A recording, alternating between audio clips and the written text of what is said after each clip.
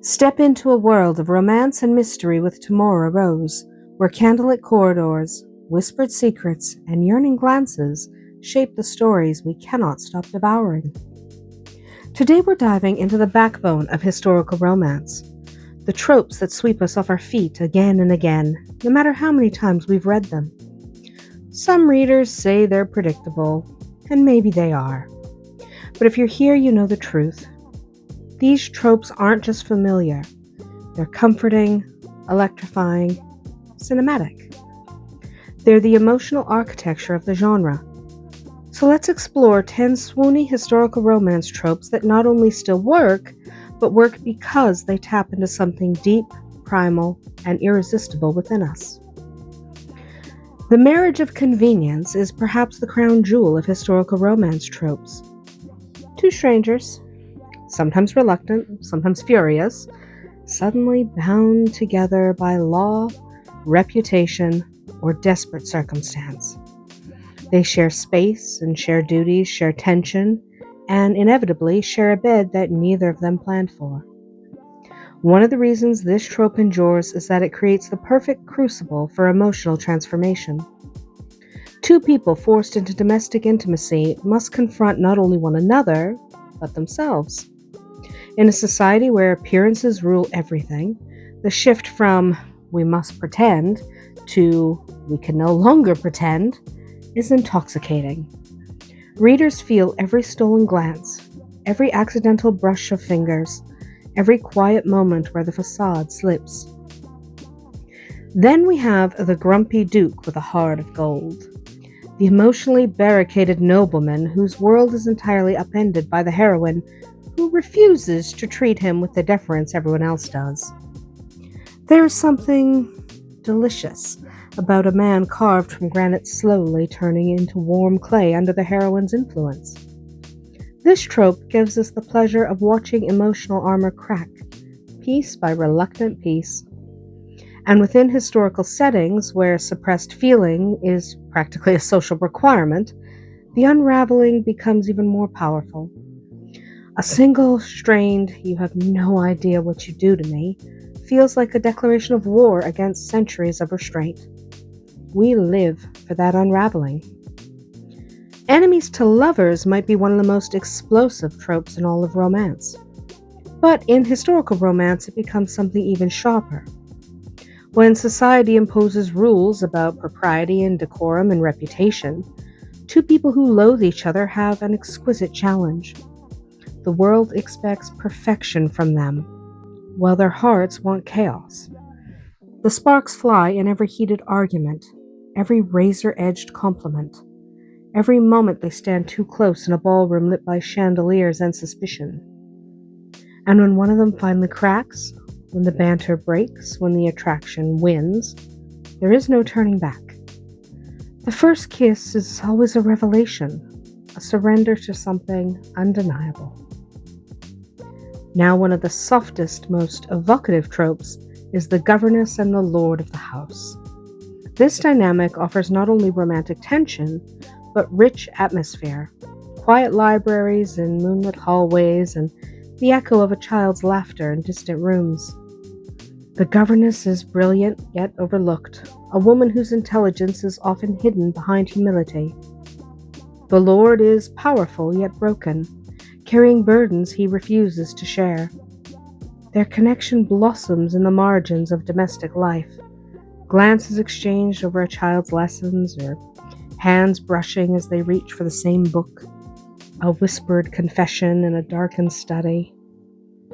And always, there must be the sense that they must not, even though they both know they will. Next comes the wallflower who stuns society, a trope that speaks to nearly every romance reader. This is the quiet heroine who stands against the walls of a ballroom, book tucked behind her fan, unnoticed by the glittering crowd, until one man sees her, truly sees her. This trope works because it taps into both relatability and fantasy.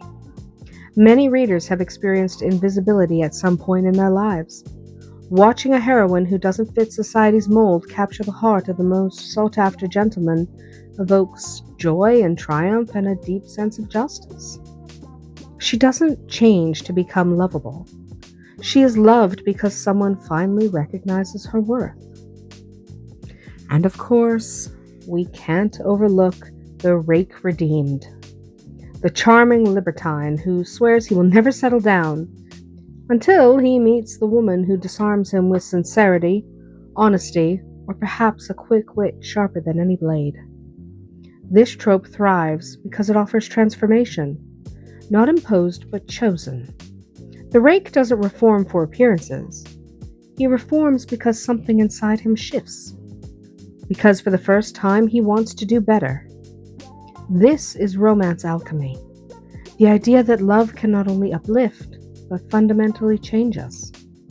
Watching a man who has mastered the art of seduction fumble helplessly through the art of genuine affection is endlessly entertaining.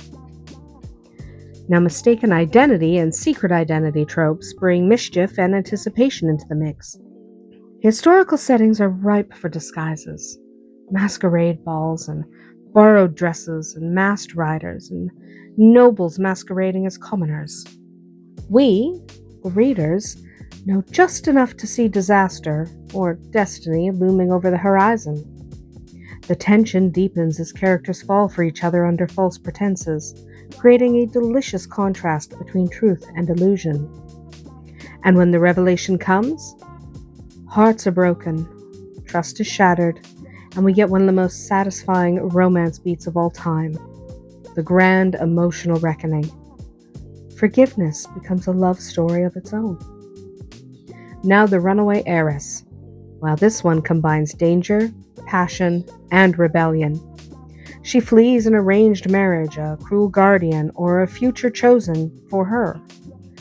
She crosses paths with a hardened hero, and whether he intends to or not, he becomes her protector. This trope gives us adventure threaded with vulnerability. The heiress is bold enough to run, but vulnerable enough to need help. The hero resists involvement, but cannot turn away from her courage. As they evade pursuers or shelter from storms in roadside inns, tension builds. Not just romantic, but existential. She's fighting for her freedom.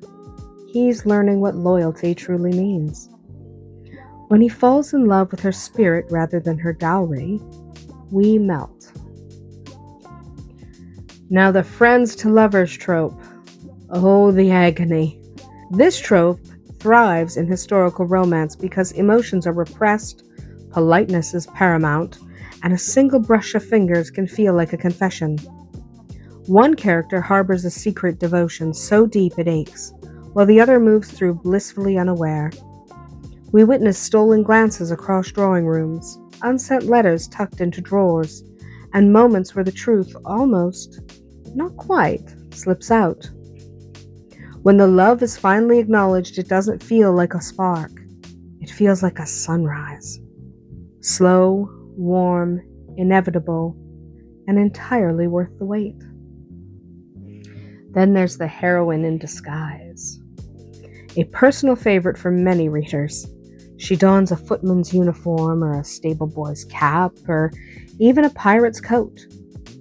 She steps into a world forbidden to her, proving her bravery and intelligence long before the hero recognizes her true identity.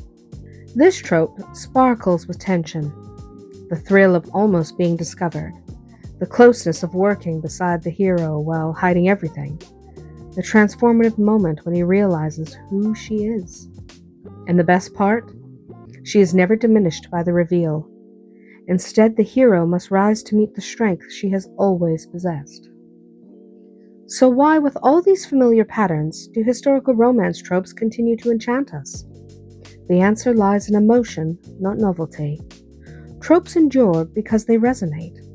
They give us frameworks through which characters grow, collide, and transform. We don't return to these stories because we're surprised. We return because we're moved. Because we crave the atmospheric worlds where honor and passion clash, where secrets flourish in candlelit halls, where yearning is sharpened by social constraint.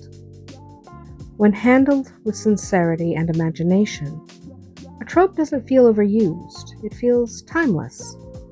feels like home.